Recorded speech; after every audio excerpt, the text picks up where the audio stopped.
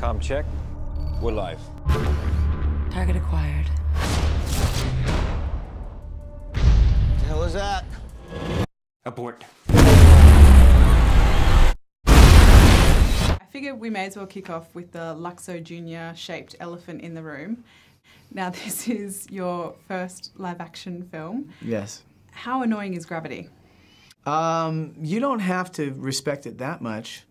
I think that if your star is willing to swing around on the outside of a building, the tallest in the world, I think you owe it to him to get it on film, you know, in the highest resolution possible. Yes, the IMAX, it was extraordinary. How exciting was it shooting in IMAX? It was great. I mean, when we were first talking about the film, I brought that idea up, and thankfully J.J. Abrams and Tom Cruise and Brian Burke, the producers of the film, all were 100% behind it, and Paramount went along with us, so I'm really happy they did. Well, I mean, this production is bigger than Ben-Hur. You're all around the world. How do you go from being in a studio to being on location? Well, I think one of the things that makes these films attractive is the fact that they take place all over the globe. They're kind of globe-trotting movies, and you have to be equally globe-trotting when you're making them. And that can put a little wear and tear on you, but it's also exciting because you're constantly changing your surroundings. So, you know, hopefully we got it on film. Now, you mentioned Tom Cruise hanging from the Burj.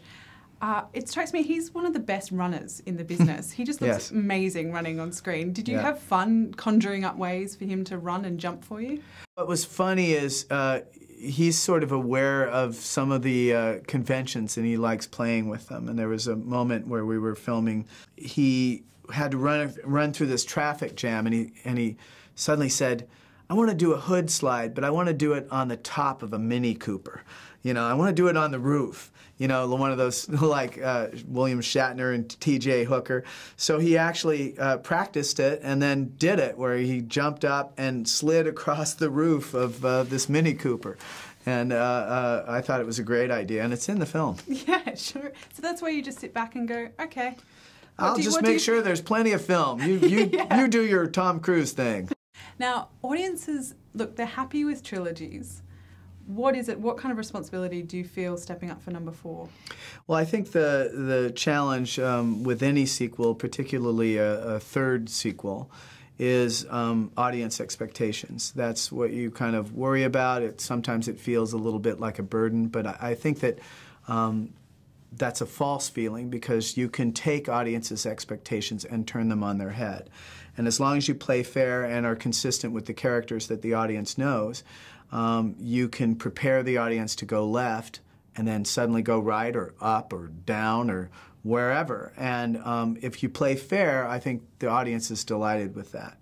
So we try to throw a number of curveballs at the audience in this film, and hopefully we'll do so on the biggest screens imaginable. Now, I mean, obviously The Incredibles lends itself to Mission Impossible, but I wondered what lessons learned from like The Simpsons or Ratatouille that you were able to bring to the film. Well, I've gravitated towards projects that don't take the audience's time for granted, that are always trying to be engaging. I think that I like projects that assume that the audience is smart rather than that they're dumb. I think there are a lot of films and TV shows that kind of assume that people are not very swift. And all of my favorite films not only delight in the medium of film, but assume that people don't just want to be entertained, that they want to have something to talk about later. And that doesn't mean that the films have to be deep, you know, dwelling in, you know, into the night of the human soul. It just means that there should be enough there happening that it feels alive. And one of the great things about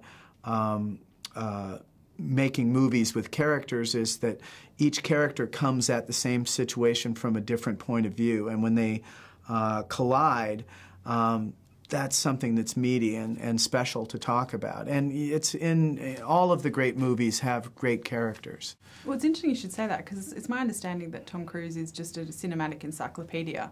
So how much fun was that? Just it was bouncing off each fantastic. other? In fact, I met Tom right after Incredibles, and we got together and talked about film for about 2-3 hours. Some people, when you talk about film, they go back maybe to 1995. And to me, that's, well, if that's where you stop, then you don't know film, because there's great stuff from, the turn of the century, early Buster Keaton, and the best Marx Brothers film was actually their least successful, directed by Leo McCarey. And there's so many great filmmakers, Howard Hawks and Victor Fleming and Michael Curtiz, that were in the studio system. Anyway, I don't want to be boring, but it's vast. And he absolutely loves the medium of film, and he can talk, till the sun comes up twice, about films that he loves. So it was a chance to work with people that love film as much as I do, and I jumped at it.